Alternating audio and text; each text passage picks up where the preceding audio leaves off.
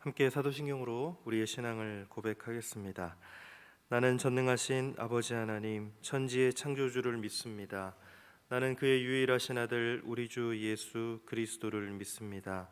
그는 성령으로 잉태되어 동정녀 마리아에게서 나시고 본디오 빌라도에게 고난을 받아 십자가에 못 박혀 죽으시고 장사된 지 사흘 만에 죽은 자 가운데서 다시 살아나셨으며 하늘에 오르시어 전능하신 아버지 하나님 우편에 앉아 계시다가 거기로부터 살아있는 자와 죽은 자를 심판하러 오십니다. 나는 성령을 믿으며 거룩한 공교회와 성도의 교제와 죄를 용서받는 것과 몸의 부활과 영생을 믿습니다. 아멘. 찬송가 90장 찬양하겠습니다.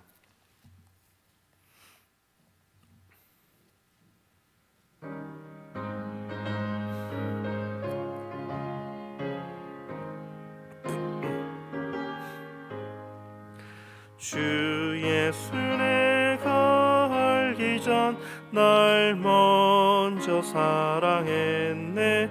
그 크신 사랑 나타나 내 영혼 거듭났네.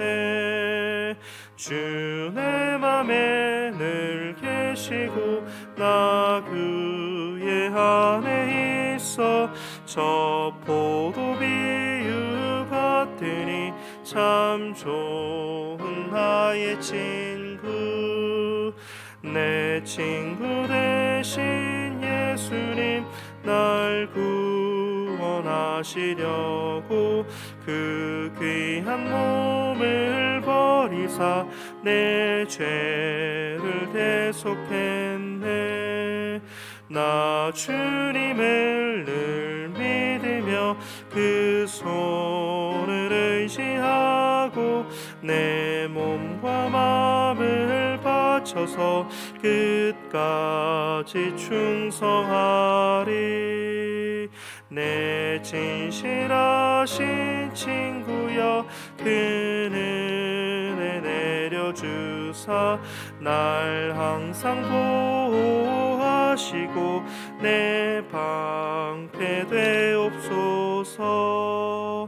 그 풍성한 참 사랑을 네 능히 끊을 소냐.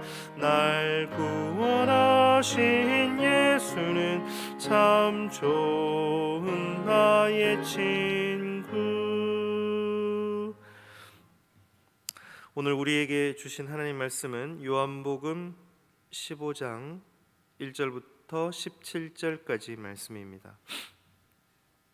요한복음 15장 1절부터 17절까지의 말씀, 신약 173쪽입니다.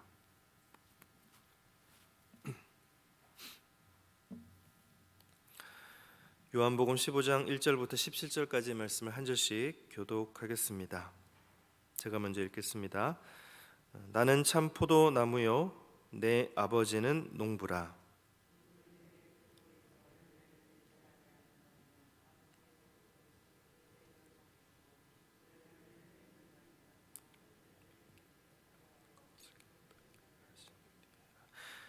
너희는 내가 일러준 말로 이미 깨끗하여졌으니 내 안에 거하라. 나도 너희 안에 거하리라. 가지가 포도나무에 붙어있지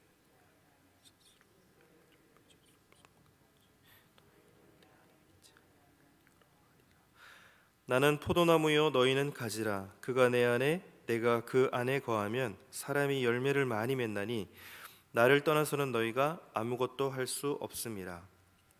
내 안에 거하지 않으면 가지처럼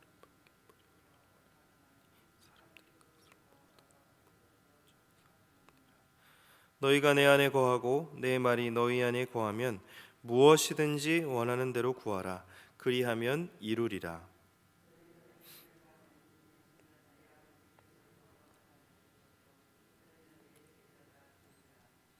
아버지께서 나를 사랑하신 것 같이 나도 너희를 사랑하였으니 나의 사랑 안에 거하라.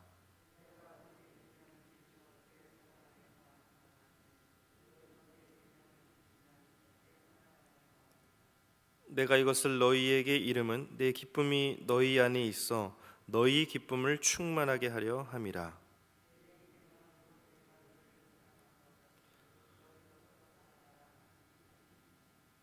사람이 친구를 위하여 자기 목숨을 버리면 이보다 더 큰 사랑이 없나니.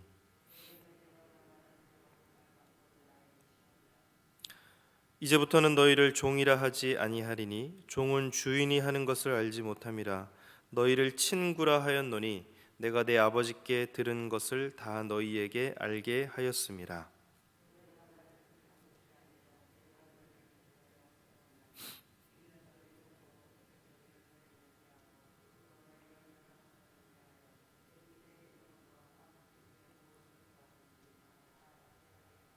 다 같이요. 내가 이것을 너희에게 명함은 너희로 서로 사랑하게 하려 함이라. 아멘. 오늘 말씀은 저희들이 익히 알고 있는 말씀입니다만 좀 더 집중하여 묵상하면 그 깨달음이 더 클 것입니다. 무엇보다 포도나무와 가지라는 이 비유를 생각할 때 제일 먼저 떠오르는 단어는 관계, 즉 친밀함입니다. 먼저 전후 문맥을 살펴보면 14장부터 예수님은 근심하는 제자들에게 염려하지 않고 주님의 사역을 계승하게 하려고 마지막으로 권면하시는 이제 말씀 중에 있습니다. 따라서 오늘 본문도 제자들의 근심을 불식시키면서 열매 맺는 제자의 삶을 살도록 하기 위한 말씀이라 생각할 수 있을 것입니다. 1절 말씀을 제가 읽겠습니다. 나는 참 포도나무요 내 아버지는 농부라. 포도나무는 이스라엘 사람들에게 특별한 의미가 있습니다. 시편 80편 8절 말씀을 보면 주께서 한 포도나무를 애굽에서 가져다가 민족들을 쫓아내시고 그것을 심으셨나이다. 다윗은 이스라엘 백성들을 하나님께서 애굽에서 옮겨 심은 포도나무에 비유를 하고 있습니다. 이사야 선지자도 이스라엘을 극상품 포도나무로 간주했습니다. 그들은 극상품 포도나무였고 이 최상의 포도원에서 재배가 되었습니다. 그러나 이사야 5장 1절부터 3절의 말씀을 보면 그럼에도 하나님께서 기뻐하시는 열매를 맺지 못하고 들포도만 맺었다라고 이렇게 기록을 하고 있습니다. 또한 에스겔 15장 1절 이하의 말씀에 보면 에스겔 선지자 때에는 양끝이 불에 타고 가운데마저 불에 탄 가지처럼 아무짝에도 쓸모없게 된 그들에게 하나님의 심판이 예고되었었습니다. 이처럼 포도나무는 택한 백성을 상징하고 있습니다. 이런 배경 속에서 예수님께서 내가 참 포도나무다라고 이렇게 선언을 하셨습니다. 여기서 참이란 단어는 이제 거짓에 대한 반대의 개념이라기보다는 실체라는 의미입니다.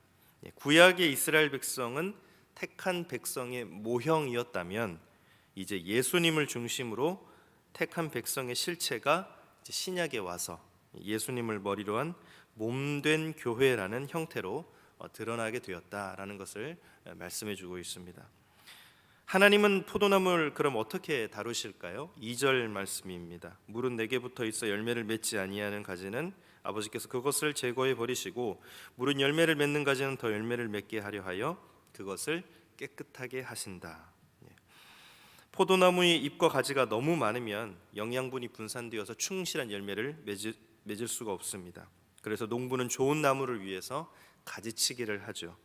구약 역사를 보면 하나님께서 들포도만 맺는 이스라엘 백성들을 제거해 버리셨습니다. 그 중에 하나님의 말씀을 경외하며 순종하는 자들, 곧 하나님이 기뻐하시는 과실을 맺는 소수의 남은 자들만 보전해 오셨습니다. 신약에 와서도 하나님의 말씀보다 사람들의 규례를 중시했던 종교 지도자들을 제거해 버리셨습니다. 겉모습은 경건하고 자칭 의인이었지만 하나님이 기뻐하실 어떤 열매도 맺지 못한 위선자들이었기 때문이지요. 하나님은 오직 주님의 부르심에 순종해서 끝까지 따르는 제자들만 보전하셨습니다. 3절에 이렇게 되어 있죠. 너희는 내가 일러준 말로 이미 깨끗하여졌으니. 그들은 예수님께서 일러주신 말씀으로 이미 깨끗하게 된 사람들이었습니다. 그들도 제거당할 수밖에 없는 처지였지만 주님의 일방적인 은혜로 택하심을 받았고 말씀의 은혜로 깨끗한 가지가 되었습니다. 은혜로 남은 가지가 된 자들은 어떻게 해야 할까요? 4절 말씀입니다. 내 안에 거하라 나도 너희 안에 거하리라. 가지가 포도나무에 붙어 있지 아니하면 스스로 열매를 맺을 수 없음 같이 너희도 내 안에 있지 아니하면 그러하리라. 내 안에 거하라라는 말은 머물러 있어라라는 의미인데, 이 머물러 있는다라는 말은 단속적으로 들락날락하는 것의 반대 개념으로 계속적으로 그 안에 정착하여 거주하는 것을 말합니다. 가지는 포도나무에 붙어 있어야 물과 영양분을 공급받아 열매를 맺을 수 있겠죠. 이처럼 제자들도 예수님께 붙어 있을 때 영적으로 자라고 열매 맺을 수 있는 힘을 지속적으로 공급받게 됩니다. 예수님 안에 거할 때 예수님의 능력과 예수님의 지혜와 예수님의 생명이 나를 통해 역사하여 열매를 맺히게 됩니다. 5절 말씀입니다. 나는 포도나무여 너희는 가지라. 그가 내 안에 내가 그 안에 거하면 사람이 열매를 많이 맺나니 나를 떠나서는 너희가 아무것도 할 수 없습니다. 예수님과 성도는 신비하게 연합되어 있지요. 가장 대표적인 말씀이라고 한다면 갈라디아서 2장 20절일 것입니다. 세 번역으로 제가 읽겠습니다. 나는 그리스도와 함께 십자가에 못 박혔습니다. 이제 살고 있는 것은 내가 아닙니다. 그리스도께서 내 안에서 살고 계십니다. 내가 지금 육신 안에서 살고 있는 삶은 나를 사랑하셔서 나를 위하여 자기 몸을 내어주신 하나님의 아들을 믿는 믿음 안에서 살아가는 것입니다 라고 고백했습니다. 이 신비한 연합 때문에 예수님 안에 있는 성도는 많은 열매를 맺지만 예수님을 떠나서는 아무것도 할 수가 없게 됩니다. 그 대표적인 인물이 바울이라고 할 수 있겠습니다. 바울이 하나님이 기뻐하시는 열매를 많이 맺은 사람이죠. 많은 사람들이 그 이유를 예수님 믿기 전부터 바울의 재능이 뛰어났기 때문이라고 이야기하고 또 그렇게 생각하곤 합니다. 그러나 그 당시 뛰어난 사람들은 바울의 스승이었던 가말리엘 문화에 많이 있었을 것입니다. 그러므로 그러한 재능 때문이 아니라는 것이겠죠. 또 바울은 복음을 전하기가 매우 어려운 환경에 여러 번 처했습니다. 잘 아시는 바와 같이 고린도후서 11장 23절부터 27절의 말씀을 보면 여러 번 옥에 갇히고 수없이 매도 맞고 여러 번 죽을 뻔했고 태장으로 맞고 돌에 맞고 파선되어 일주일 동안 사경을 헤매기도 하고 강도의 위험을 여러 번 당하는 그런 각종 위험에 처했습니다.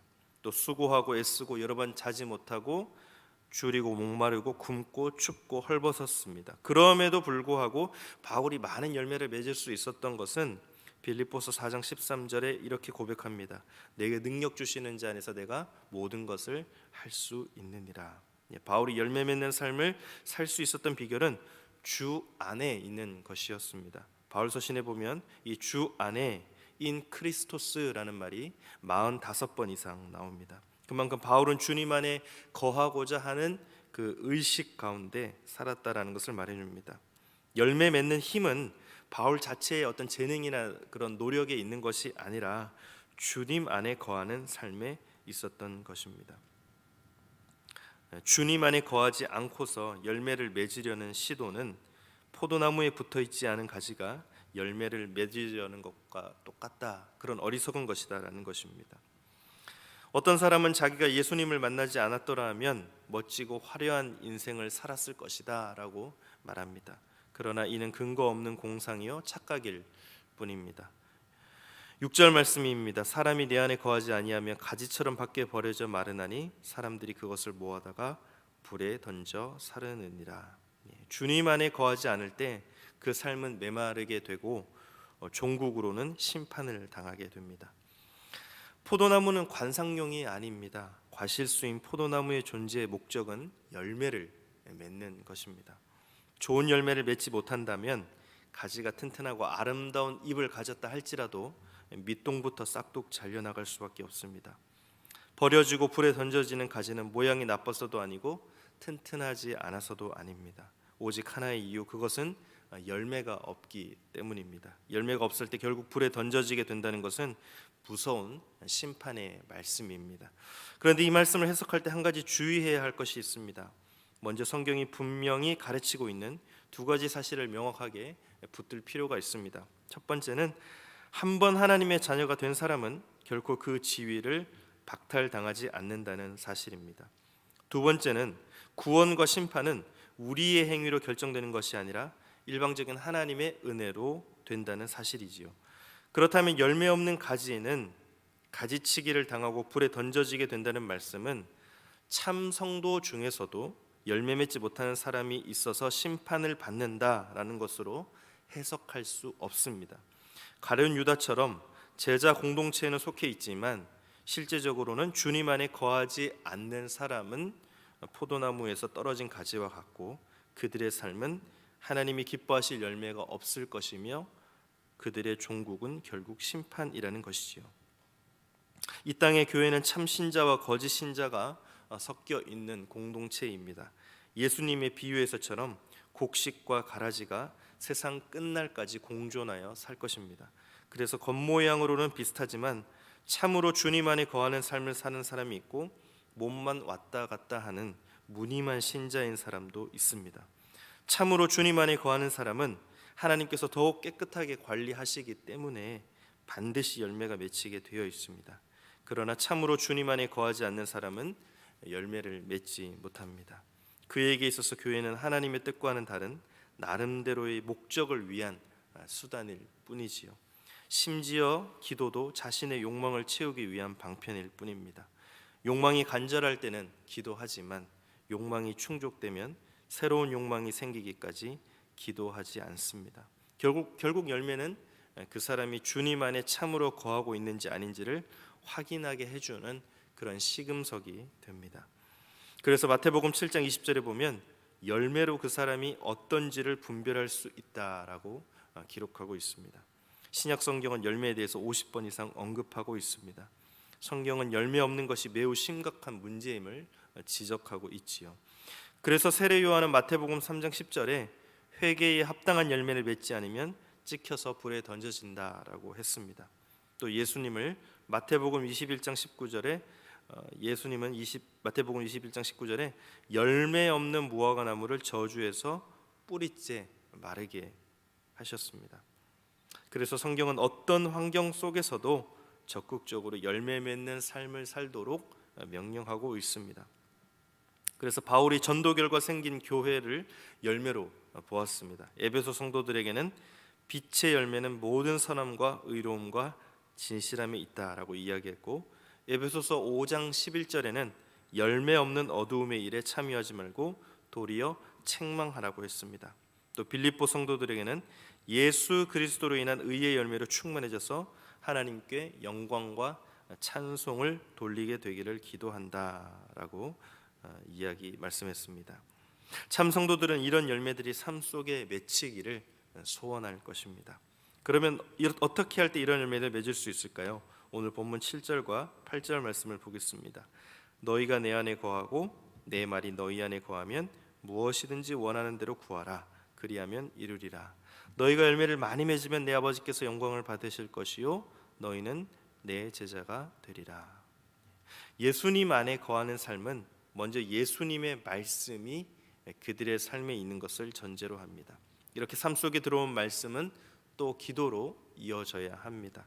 인간적인 생각과 욕심으로 기도해서는 안 됩니다.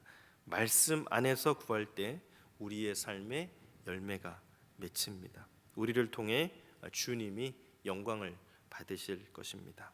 예수님의 말씀이 내 삶에 이루어져 소망이 현실이 되는 놀라운 은혜를 체험할 줄로 믿습니다. 주님 안에 거함으로 열매가 풍성한 삶이 되시기를 우리 주님 예수 그리스도의 이름으로 축복합니다.